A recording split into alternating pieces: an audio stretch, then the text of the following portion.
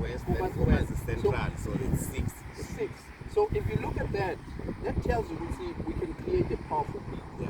Mavuso ubeka kahle. Yeah. Ubeka kahle because if the teachers at the school, yeah, uma bangayithathi lensaye yabona to say I want to get involved. Yeah. Makafika Vusi akokota laphana akanamava. There's his words don't carry power. Noma ngachamba nencwadi yakhe la chamba yona. But if he's endorsed by a teacher because the teacher is interested in the school, he knows the parents as well. Yes, then it becomes easier. We have programs. It's good la kulukhula kwethu. Shapa ngithi sidlalile 2019 sa kwaba ne COVID, so all contact sports stopped, and then we only came back 2 seasons ago. 2021. Yeah. When we came back 2021, but it was a shaky season. The one that started nice was the 2022 season. So in the time of growing there, our people on the ground, our coaches and our managers, abazange bahlale nabo bathi hey batota batosinika labasinika kona. They went, they worked hard, got the necessary qualification. We have coaches that have gone to nationals, we have coaches that sit in the important organizations in the provincial union, because as Kati, now that we have the gift of playing, that being said, Sibeses create a relationship with the educator we officiating, we referee, with the educators we're coaching.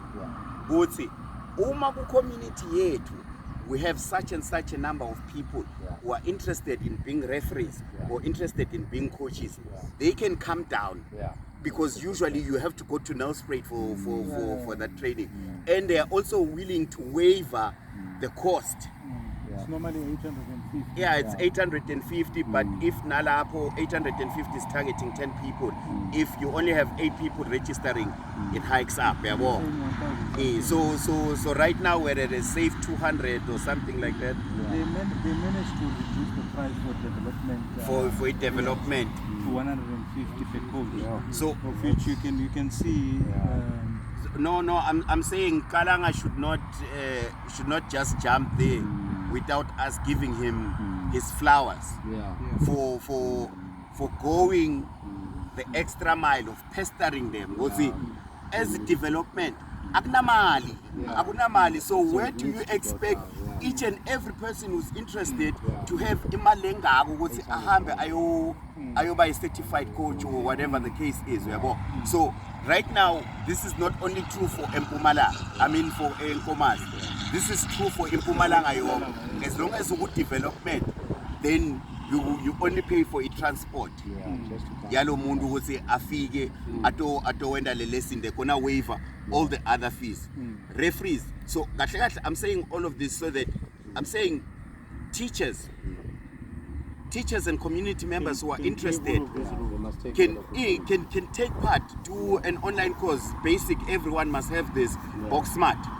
You do that online, your own time pace. 2 months go to 1 day go to, depending on how much time you give in that particular time. So the growth has not just been on the field, it's also on the management of the game in itself. So if we have Bafana Nabo Goodwill, Naba Refab, to certify that boy, it means 20 years from today we're still going to have so many refs, black referees, because I cannot tell you how many times as a coach I get frustrated as the ref. Referee figure lapana first half, all is nice. Magabona ngatim, you sort of have an upper hand. And then so when the calls like fair. Sometimes the calls are fair, but because I'm standing here, I'm thinking I'm an all black team.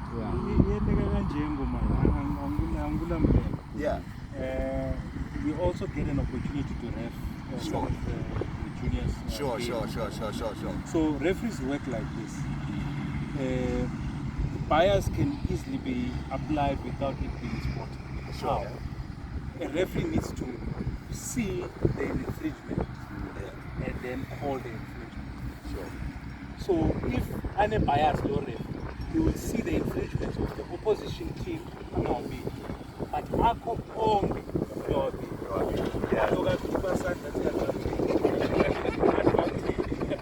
but my so it's easy to get bias, especially it's still tough. I don't want to say they are biased, but I think it's a matter of a lot of facets that we need to look into.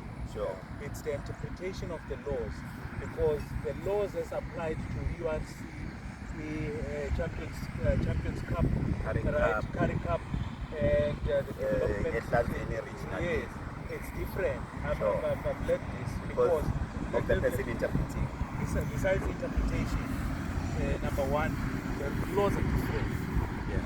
Number one, the teams that play now in the broadcast con and the TMO have particular allowances to spot certain things. Sure, but referee game there's no AR. No second eye. Right, he only relies on what he saw. So his application is limited. So but he's using the same rugby laws, right? So but there are certain things that he can't do. Number two, the ARs that are assisting him also have limitations. They can only call certain things. They can only call, it's called, I forgot but it's when a player is doing something dirty or naughty. Like they are professional fouls, but there's another name for professional foul. But if it's just an infringement, the AR can't call it. So you're relying on one eye to see everything that's happening. So that goes into play again. So they tend to miss things, right? And there's also probably maybe even the perception, knowledge. We're a black team and they assume we don't know certain laws. So they are ignorant towards applying those laws, and we know those laws, and we get frustrated when they are missed. So it's a combination of all of those things. So I guess it's a process where the referees need to also realize that there are black teams now into the league, right? And they need to learn to adapt, because they feel we are overly contentious when it comes to referees. We are bullies. We're in their faces. And that's not the case. And we're just trying to say. And it's easy for him to be irritable of you as a Hubert who is not who doesn't speak English in his accent. It's easy for him to get irritated by your voice over. Okay, let me make an example. Wait, allow me to tell you why I'm saying this. Our first captain was Kula. One of the many reasons why I said Kula should be the captain is because Kula speaks Afrikaans. So when the English fails, Afrikaans must prevail. Besides that, all teams, white teams that we play against, nakakhuluma na ref, akhuluma ngeAfrikaans. Kuze kuthi kube netindo labathi khuluma soft. Noma bamthuka. No. Ngiyakutshela phela. Ngiyakuva, but lokuthi batokhona touch conscience. Touch conscience. So abakwendi ngoba they can express themselves better ngaleli lwimi labo. Cha, bakwenda kuze ukuthi aphinze abuye ekhaya. Wena ngicala ngathi wena kuthi ngithi kuwe, hey man, nokuthi ngithi hawu mfowethu. It's different. Please Asha us. Ngicabanga ukuthi maybe say it as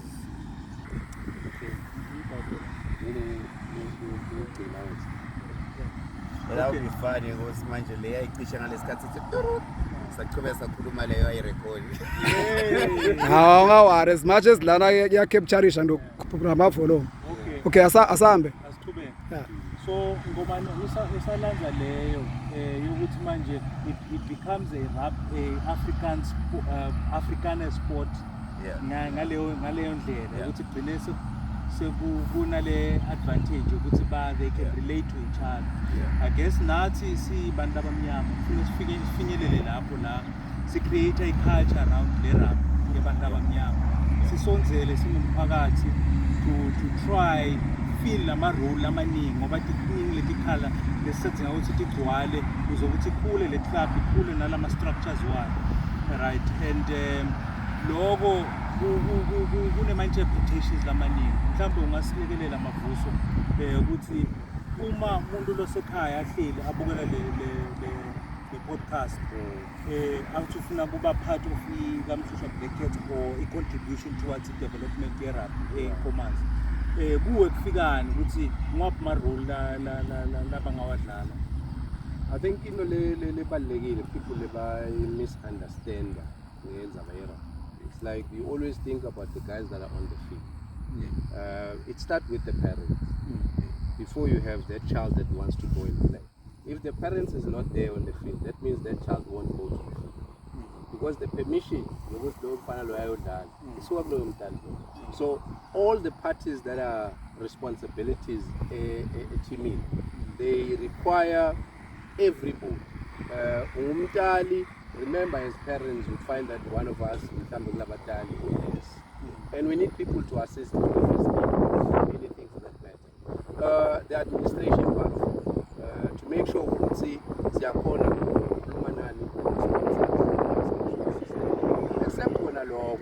there are issues that are very tense. Let's assume we've got one player solely male and team, and we're actually the same level age. Now, so funa manje wambuchaza umntana ukuthi phela sambele indodzana yakho to go and play, and unfortunately this is actually a situation that we came across. So how do you relate that, and you don't have a support system in the So when you've got that type of a structure, when that is value, number one or number two,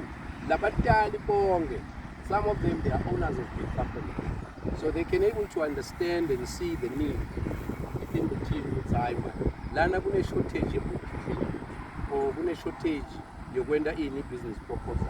So they are able to come with those ideas and trying to assist, because remember, this is an NPO, non-profit organization. Not anybody else can come and be part of the thing because we have that. So if you come with those kind of people first, to invite the parents, invite Nomangang Bainem Pagatini, there is a lot that can be done and be supported the team. So bayathembakala futhi lokuyo, because uma kungasuka nje lijali seselisha seliyahamba liyokhuluma nababe biya lapha elangeni uthi babe biya lana besicela ukuthi usingathe manje kunemseje lana esifuna kwenza sekudumene nyawuphe nani velothi lo ukhonze nejust utongebenga yabona. But now uma sekusuka umntala amathi kahle ukuthi une stand number likakhe likuphi ungumsinsi wokutimilela la kulendzawo uthembakala lula lo muntu ngokushesha amvisise ukuthi no ngeke tato wena njani ngolutho. So abantu abadala sebathikile ukuthi kungiwo nje la sithi ke bona, it's very important to all parents to be part of us. Nalesikhathi sekudala umnanzi kakhulu ukuthi umntana uhleli ngaphandle and watch your side. That child gets motivation more than anything. So it is important to start there. Nasibuka labelungu mlungu uyalenda le point ukuthi vele umntwana akhe ampheleketele to even a practice session. Abuke le practice session yakhe nabona ukuthi kune shortage la kufuna ukuthi mhlamba improve, akhona communicator na coach ukuthi manje senda njani ukuze ijala lami likhona ukuthi ngathi likhona kubamba lo. So I think the structure goes into that. Amavaya ngawubuta wena lo mbuzo ukuthi side lapho ngifuna ukuthi yini community lengayidlala or umuntu osekhaya ayidlala to support the growth of the club. Bona sikule club yethu siyasidinga isandla kakhulu semphakathi, siyasidinga ngoba kunale ukuthi sidlala khona njengoba iligi seyiqalile siyadlala simaplayer le stadium maybe sidlalela i-home game masicetha ukudlala uliplayer uthini ucetha kushayana nebantu lapha asiyibuke kahle lento ucetha kudlala sihambile sokokota lesikokota khona basipha inhloko yenkomo sokokota kulenye indzawo basipha imbuko ucetha kudlala labantu labakuvakashele kwasekhaya if uma kuyofika mzala wasejozi asutokuvusela ngeke umjikisa ngakahle so nakithi mabatile batodlalela thina batodlala nathi nganini ekhaya kwamele sizame ukuthi bakhone kubambisa o bakhone ukuthi bayadla so kulapho ngicetha kudlala bose ngiyobamba nagalaza ngiyopheka ngikwenze libhodo leso sikhathi ukugijima 80 minutes onke so besifisa ngathi umphakathi nawo ungafaka sandla ukusapota lo bese ukuthi use uzokhipha imali ebukwini ukuthi uyafuna kuba ingqatha lefamily eBlack Cap kuba khona kwakho uningi lesingakuzuza so besicela besifisa ukuthi ngathi i-community nayo ingasonze bephatha lefamily and kule singaya khona ngilufu lemuntu lahlete ekhaya athi ngifisa ngathi kube kwenteka so bekuyoba simple if ever lesifiso sakhe asikhulumela tukwento lekhona athi ufisa ngathi wanganini inkomazi ni TV agijima kuma-Springbok if beka khona nomuntu omtsala loyo le player lelo lingakhona kupheka lingakhona kwenda lutho noma lingakhona kwenda something lo mntwana bekangakhona ka-18 ukuthi lo mntana udlalile irole yakhe ngoba Karabo njenga-captain welicembu kuwe kuchaza kuthini ukuthi abathi support iqembu game kusho ukuthi phakathi abe because at the end of the day mangisaqala kudlala bengidlalela mina for fun ngibona ngine-vision somewhere kusasa but khamba kufika isikhathi ugcine urealize ukuthi lokhu akusasimela actually doing it for umntwana losakhulu yabona so sometimes I get that no harvest struggling ubone umntwana wathi igama umathi ngeligama but Karabo then you ask yourself ungadelaphi yabona only to find out ukuthi lo mntwana loyo wathi from Iraq and that kind of sets a good example to the community despite of the classical culture of which I mean moyo ukhulumane kasi ufuna ube udzakwe ufuna uhambe ngetimoto and what not it kind of sets a different perspective of being kuba mjida wasegasi waseGasi the way I feel about it so invite umphakathi ukuthi umphakathi abe involved How does it feel now udlala lapha phakathi? Besides Bagwa, even nanithola ibhola nivele tihlwele ibhizi lapha. Khala lithayela la stadium. If we discuss that, I'm sure once the play score, those energy drink companies will be jealous because of the energy we get from that. Yeah, it sets a different atmosphere. It sets a different atmosphere. More baller, or when you make a clean tackle. In actual fact, in most times, it's not the screams that gets to us. Ikwijo, shy moral, making the noise, the familiar noises. Listen now, it's from the black community. Listen now, the kind of noises we make.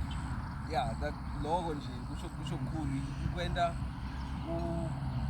udlala ngendlela lehlukile. Ukwenda ukufaka amandla noma wathi ukuthi yabo manje. Akusana lutho manje. Tangle empty manje, but needed Luva Moon mentioning my mom. She's one of the most important people. Number one support. Bang voice yake. I'll tell you this. umama akaphilanga kahle in terms of health.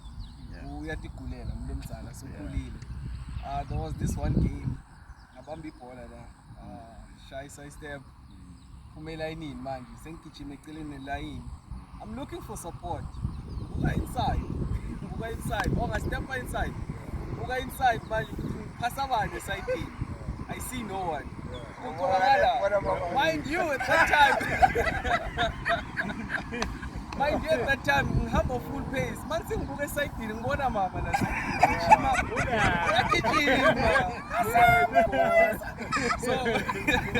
so you can imagine now with small player and then let's Mtali ngathi ngikhulume nemntana kahle this time ukuthi you can imagine with small Mtali umntwana kumele adivijane so I would proudly urge bonke batali together come support and siblings kube family danger whenever we have games or the kids have games make it a fun day for your family.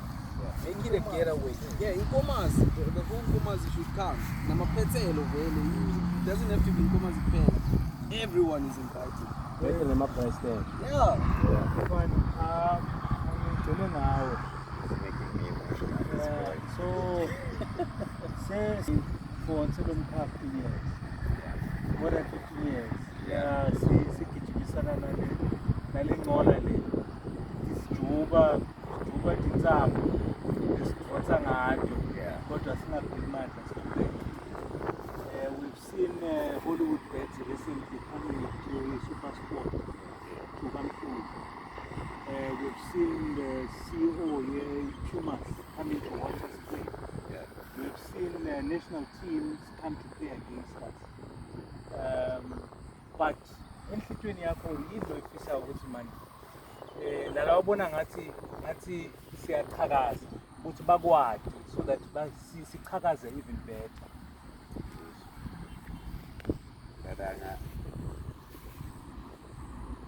Ngaranga Mativa because now we are getting yabo. Karabo since I'm a Felix. Sengikala nokufuda la.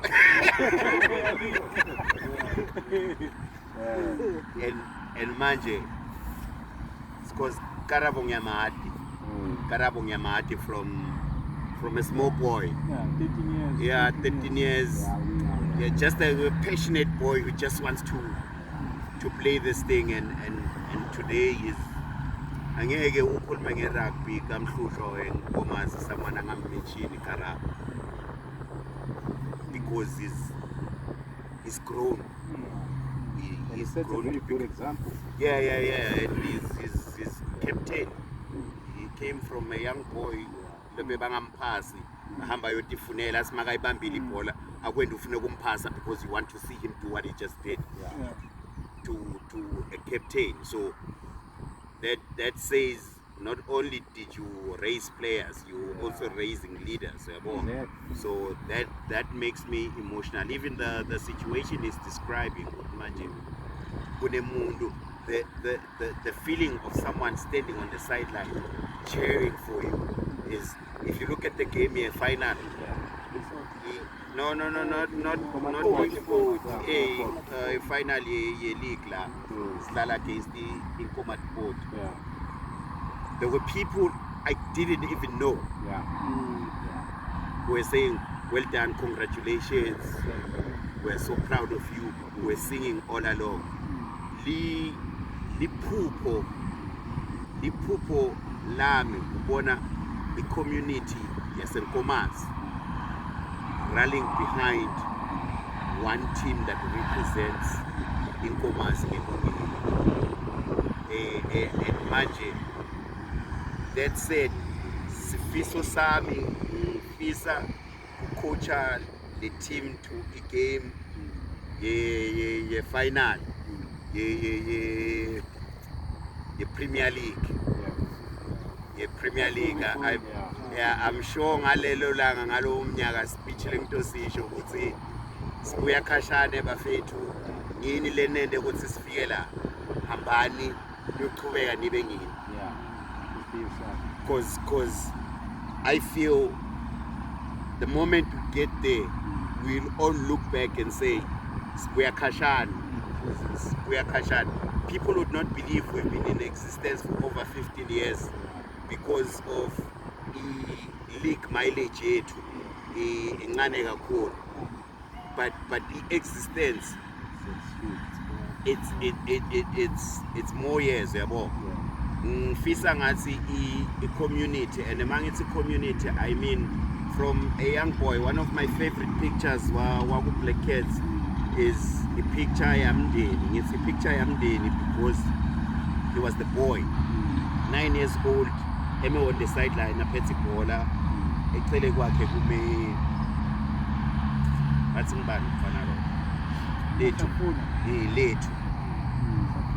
yeah, kume mahlafuna la eceleni babukela igame dlala nzi. Today Hlafuna was one of the most improved players. The senior team, the team lebegeme on the sideline in last season. The team lebegeme on the sideline, I bugel is there, and I love that picture because it says this one who's standing here hopes to be in there, and over the years they eventually get in the field. It's unfortunate because it's fortunate. I mean, it's unfortunate on the side of rugby because akakhona ukuthi practice because he's in matric. He was in matric, but he otherwise would have played one game. I'm sure he would have played 1 or 2 games last season. Now, the same boy was standing on the sideline on that picture. So sifiso sami ukuthi ngibone a community from the youngest to the oldest, from the penniless to the very moneyed, balapha supporting the same team, calling it our team. Singafika lapho sitoba sisebentile umfana wami nje angakhula naye kufuna akhule athi yena mina ngifuna kuyodlala ku Black Cats. Mina ipathway yami yodlula ku Black Cats. Uma ngabona umfana amadlala ku Black Cats siyobe sisebentile ngoba that does not only mean the team iqhubeke ya exista, it also means my systems we development siwendile abese ayasebenza. No, sibonga kakhulu baphathi le nekusharile. I guess it is quite clear kuwe lobukela le podcast ukuthi sifisa seliqembu le rugby kaMhlushwa Black Cats is that you will be involved in the club in all the activities that are there. You can come close to us. This club is not owned by an individual. It's non-profit. It means it is run by elected members, and that means now you can have a chance of steering the ship. And laba basenemandla ukudlala nabo they can come through. Let's build this legacy together. In the next 20 years, ube a black club that can be able to set a benchmark even for the white clubs in terms of performance on the field, in terms of structures outside of the field. So development structures, joba sikhulumena ngedevelopment besi passionate ngayo. So siyathemba ukuthi we'll get more people coming through to ask ukuthi how can we get involved into the growth of the club. Maybe that schools and teachers and anyone can contact us if they want. Yeah. Okay. So lofuna kukhumana nathi, we have various ways in which they can get us. We have a Facebook page called Kamhlushwa Black Cats Rugby Club. We have an email address, kamhlushwa@gmail.com. They can get us on WhatsApp. It's 072. But we'll display. Can we display that? We'll display all of the contact details on the screen. Yeah, I think that's it. That's it.